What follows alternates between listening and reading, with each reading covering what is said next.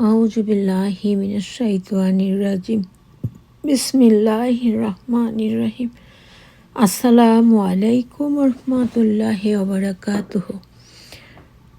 আজকে আমি তোমাদের সাথে বেশ কিছু সূরার ফজিলত, মানে কোন সূরা পড়লে আমাদের ইহকালীন পরকালীন কি মঙ্গল থাকবে, সেই ফজিলতগুলো আলোচনা করব। তার আগে আমি সুনিতা আপুকে একটু বলে নেই। সুনিতা বোন আমার আরেকটা বিড়াল, ওইটা এখনও রুম থেকে বের হচ্ছে না, ওইটা ম্যাঙ্গো। ও কেন জানি না, সবগুলো বিড়ালই আমাদের ঘরে আসলে খুব মিশে যায়, মানে দু একদিন একটু ওদেরকে আলাদা করে রেখে ছেড়ে দিলে মিশে যায়, কিন্তু ওর দরজা খুলে দেওয়ার পরেও ও বের হচ্ছে না। আর এখানে দেখতে পাচ্ছ ভোর 5টা আমি ভিডিও করেছি। আমাদের টেঙ্গি, এই যে ছোট্ট আমাদের টুইক্স, আমি যাকে আদুরি বলে ডাকি, নিচে আছে ট্রেনিটি। এই যে টেঙ্গি দেখো, ও এখানে বসেছিল। বিড়াল বেশি হয়ে গেছে, তখন এগুলো একটার সাথে একটা খুব রেগে যায়। যাই হোক, আমি যেই মানে মেন কাজ করতে এসেছি সেটা শেয়ার করার চেষ্টা করি। আউযু বিল্লাহি মিনাশ শাইতানির রাজিম। বিসমিল্লাহির রহমানির রহিম। সূরা ইয়াসিনের ফজিলত।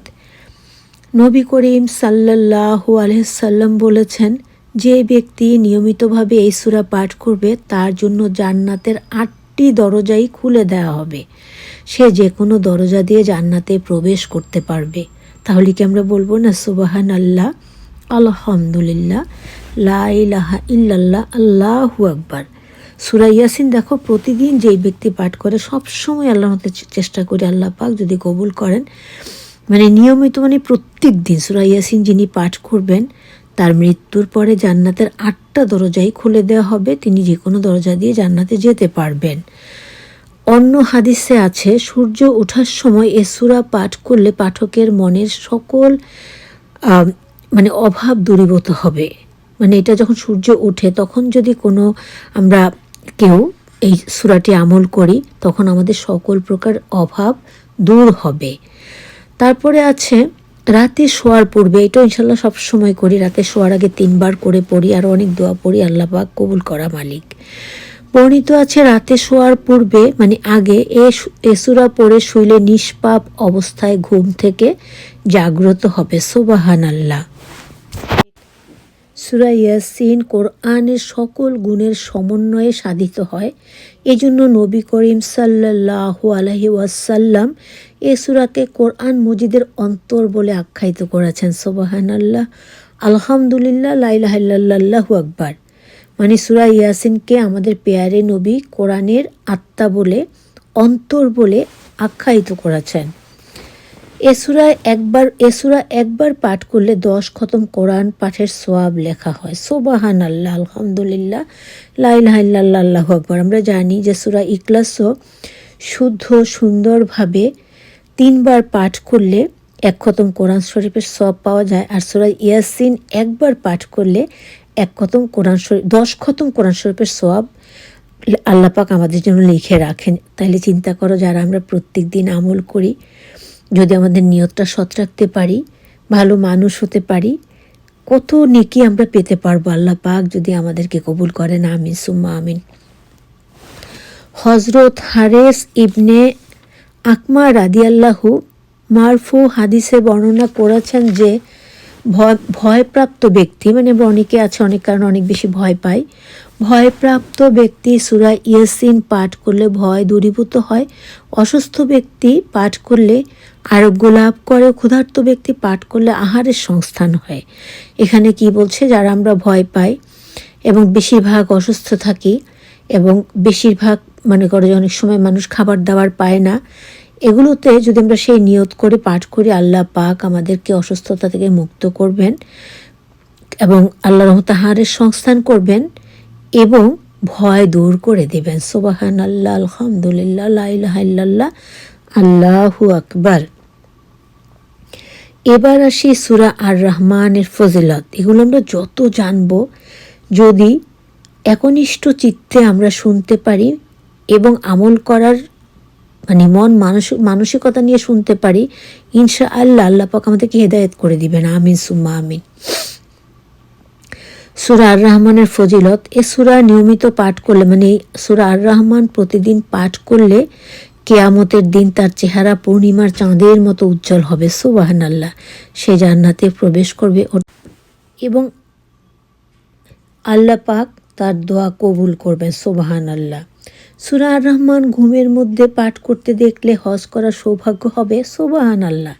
এবং অন্তরের সাথে খাস নিয়তে এই সূরা পাঠ করলে তার জন্য দোজখের দরজা বন্ধ হয়ে যায়, তার জান্নাতের দরজা খুলে দেওয়া হয়। সুবহানাল্লাহ, আলহামদুলিল্লাহ, লা ইলাহা ইল্লাল্লাহ, আল্লাহু আকবার। 40 দিন পর্যন্ত সূর্য ওঠার সময় সূরা আর রহমান পাঠকালে ফাবিয়াই আলাই রাব্বিকুমা তুকাজ্জিবান আয়াতটি পড়ার সময় আঙ্গুল দিয়ে সূর্যের প্রতি ইশারা করলে মানুষ সহ যে কোনো প্রাণী তার প্রতি নত হয়ে যাবে। ফাবিয়াই আলাই রাব্বিকুমা তুকাজ্জিবান এই আয়াতটি 3 বার পাঠ করে বিচারকের সামনে উপস্থিত হলে বিচারক তার প্রতি সদয় হবেন। সুবহানাল্লাহ, আলহামদুলিল্লাহ, লা ইলাহা ইল্লাল্লাহ, আল্লাহু আকবার। এবার আসি সূরা ওয়াকিয়ার ফজিলত। বিসমিল্লাহির রহমানির রহিম। রাসূলে করিম সাল্লাল্লাহু আলাইহি ওয়াসাল্লাম বলেছেন, এটি প্রাচুর্যের সূরা, অর্থাৎ যে ব্যক্তি প্রতি রাতে সূরা পাঠ করবে, বলা হয়েছে এশার নামাজের পরে, তার কোনো অভাব হবে না। সুবহানাল্লাহ, আলহামদুলিল্লাহ, লা ইলাহা ইল্লাল্লাহ, আল্লাহু আকবার। এই কারণে এটিকে প্রাচুর্যের সূরা বলা হয়েছে। সেটি কোন সূরা? সূরা ওয়াকিয়া। এ সূরায় নিয়মিতভাবে পাঠ করলে, মানে প্রত্যেক দিন পাঠ করলে সেসব বিষয়ে লাভের মধ্যে থাকবে, লোকসান হবে না। সুবহানাল্লাহ। এক জায়গায় বসে মনোযোগের সাথে 41 বার এই সূরা পাঠ করলে রুজি রোজগার, শক্তি, সামর্থ্য বৃদ্ধি পাবে। আমিন সুম্মা আমিন। প্রতিদিন ফজর এবং এশার নামাজের পর সূরা ওয়াকিয়া পাঠ করলে সে কখনো অভাবী হবে না। সুবহানাল্লাহ। এবার আসে সূরা দুখানে, যেটা প্রত্যেক জুম্মার রাতে যেই ব্যক্তি পাঠ করবে, আল্লাহ পাক স্বয়ং তার জন্য জান্নাতে জিম্মাদার হবেন। সুবহানাল্লাহ। সূরা দুখানের ফজিলত। বিসমিল্লাহির রহমানির রহিম। হযরত আবু হুরায়রা রাদিয়াল্লাহু, যাকে বিড়ালের বাবা বলা হতো, রাদিয়াল্লাহু থেকে বর্ণিত, তিনি বলেন, হযরত নবী করিম সাল্লাল্লাহু আলাইহি ওয়াসাল্লাম ইরশাদ করেছেন, যে ব্যক্তি জুম্মার রাতে সূরা দুখান তেলাওয়াত করবে, সকাল হবার আগে তার সকল গুনাহ মাফ করে দেয়া হবে। সুবহানাল্লাহ, আলহামদুলিল্লাহ, লা ইলাহা ইল্লাল্লাহ, আল্লাহু আকবার। হযরত আবু উমামা রাদিয়াল্লাহু থেকে বর্ণিত, তিনি বলেন, যে ব্যক্তি জুম্মার রাতে অথবা দিনে সূরা দুখান পাঠ করবে, আল্লাহ তাআলা তার জন্য জান্নাতে একটি স্বতন্ত্র, মানে আলাদা ঘর নির্মাণ করে রাখবেন। সুবহানাল্লাহ, আলহামদুলিল্লাহ, লা ইলাহা ইল্লাল্লাহ, আল্লাহু আকবার। কোনো ভয়াবহ বিপদে এক জায়গায় বসে পূর্ণ পবিত্রতার সাথে বিসমিল্লাহ বলে সূরা দুখান 7 বার পাঠ করলে, তারপর 2 রাকাত নফল নামাজ আদায় করলে, আল্লাহর কাছে সাহায্য চাইলে, তারপর প্রতিদিন নির্ধারিত সময়ে একবার করে বিসমিল্লাহ সহকারে সূরা দুখান পাঠ করবে, ইনশাআল্লাহ যাবতীয় বিপদ আপদ থেকে সবাই নিরাপদে থাকবে। সুবহানাল্লাহ, আলহামদুলিল্লাহ, লা ইলাহা ইল্লাল্লাহ, আল্লাহু আকবার। আমিন সুম্মা আমিন। বিসমিল্লাহির রহমানির রহিম। এবার আসি সূরা মুলকের ফজিলতে। হযরত আব্দুল্লাহ ইবনে মাসুদ রহমতুল্লাহ থেকে বর্ণিত, লাশ যখন কবরে রাখা হবে, তখন তার পায়ের দিক থেকে আযাবের ফেরেশতা আসতে থাকবে। 2 পা তখন বলবে, তোমাদের জন্য এই লোকটিকে শাস্তি প্রদানের কোনো অধিকার নাই, কারণ এই লোক সূরা মুলক পাঠ করে রাত্রি যাপন করত। মাথার দিকে যখন আযাবের ফেরেশতা আসবে, তখন তার জবান বলবে, তোমাদের তাকে শাস্তি দেওয়ার কোনো অধিকার নেই, কারণ এই লোক আমার দ্বারা, অর্থাৎ মাথার কাছেই তো মুখ দিয়ে সূরা মুলক তেলাওয়াত করতেন।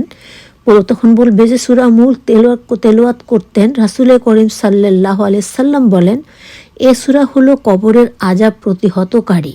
আমাদের নবীজি নিজে বলেছেন, এই সূরা হলো কবরের আযাব থেকে রক্ষা পাওয়ার সূরা।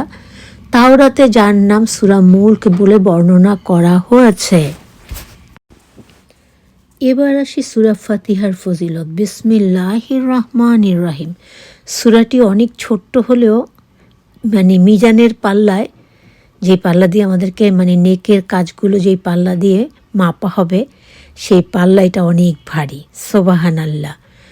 নবী করিম সাল্লাল্লাহু আলাইহি সাল্লাম স্বয়ং নিজে বলেছেন, ফাতিহাতুল কিতাব সূরা ফাতিহা, ফাতিহাতুল কিতাব যেটা হলো সূরা ফাতিহা, আল্লাহ আমাকে আরশের নিচ থেকে দান করেছেন, সুবহানাল্লাহ। অন্য জায়গায় নবী করিম সাল্লাল্লাহু আলাইহি সাল্লাম বলেছেন এই সূরাকে উম্মুল কোরআন বা কোরআন শরীফের মূল বলে আখ্যা দিয়েছেন। আমরা কি জানলাম? ইয়াসিন সূরাকে কোরআনের অন্তর মানে কোরআনের মূল, এবং সূরা ফাতিহাকেও কোরআনের মূল বলে আখ্যা দিয়েছেন। হযরত জিবরাইল আলাইহিস সালাম একদিন নবী করিম সাল্লাল্লাহু আলাইহি সাল্লামকে বলেছেন যে আল্লাহ তাআলা আপনাকে দুটি নূর দান করেছেন, যে দুটি নূর আর আগে কোনো পয়গম্বরকে দান করা হয়নি। এর একটি হলো সূরা ফাতিহা, অন্যটি হলো সূরা বাকারা। প্রতি রাকাতে সূরা ফাতিহা পাঠ করা হয় বলে তাকে সূরাতুল সালাত অর্থাৎ নামাজের সূরা বলে উল্লেখ করা হয়েছে। কারণ আমরা জানি প্রত্যেকটা রাকাতে সূরা ফাতিহা পড়তে হবে বাধ্যতামূলক। তাই কথাটা আমি আবারও বলছি, প্রতি রাকাতে সূরা ফাতিহা পাঠ করা হয় বলে একে সূরাতুল সালাত অর্থাৎ নামাজের সূরাও বলা হয়ে থাকে। এর আরও বহু বহু গুণাবলী আছে। আসসালামু আলাইকুম ওয়া রাহমাতুল্লাহি ওয়া বারাকাতুহু। ভালো থেকো সবাই।